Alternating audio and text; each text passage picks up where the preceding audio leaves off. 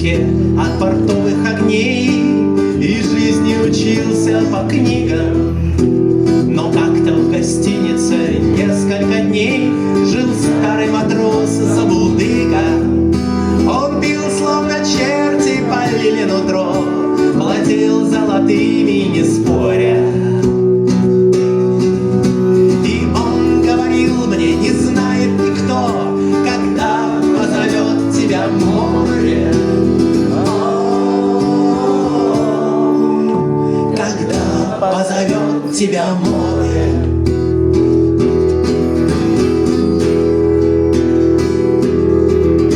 Ты можешь не думать о нем никогда, ломаясь ты хрестоматией, но время придет, и морская вода заплещется рядом с кроватью, в постели, на мачте, в одном гнезде и даже в пустом разговоре.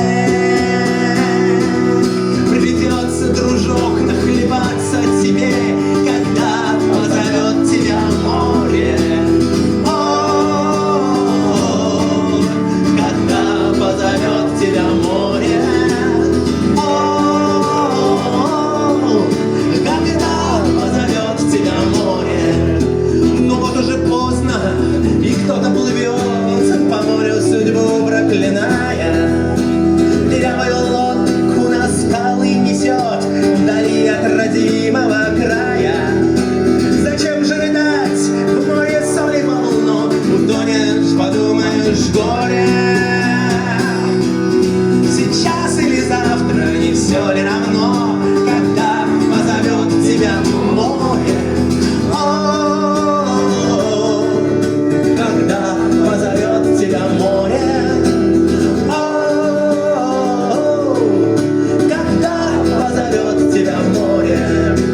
Когда ты рисуешь морской пейзаж, корабль, застигнутый бурей, нет способа лучше, чем взять карандаш и ехать навстречу с натурой. Резвятся дельфины в прибрежной волне, но кто там грозит на просторе? Картины изрядно прибавят в цене, когда позовет тебя море. Позовет тебя море. О,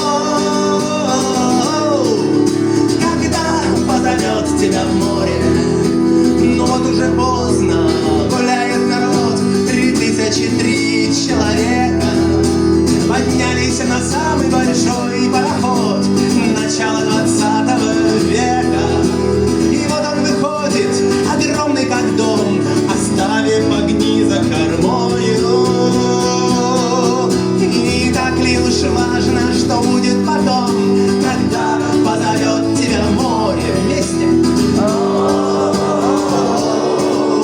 Когда позовет тебя море. Когда позовет тебя море.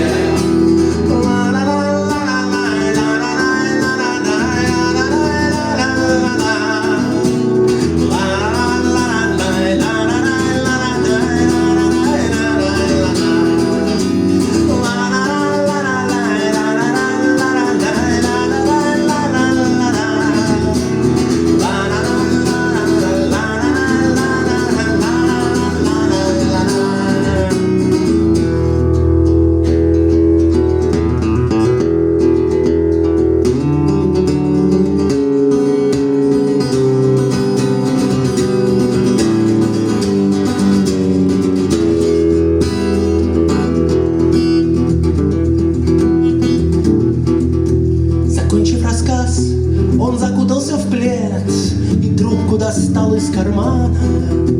Короче, приятель, забудь этот бред и выкинь морские романы. Не слушай меня, и родные твои вовек не изведают горя. Не жди до последнего, черт побери, когда позовет тебя море вместе. Когда позовет тебя море.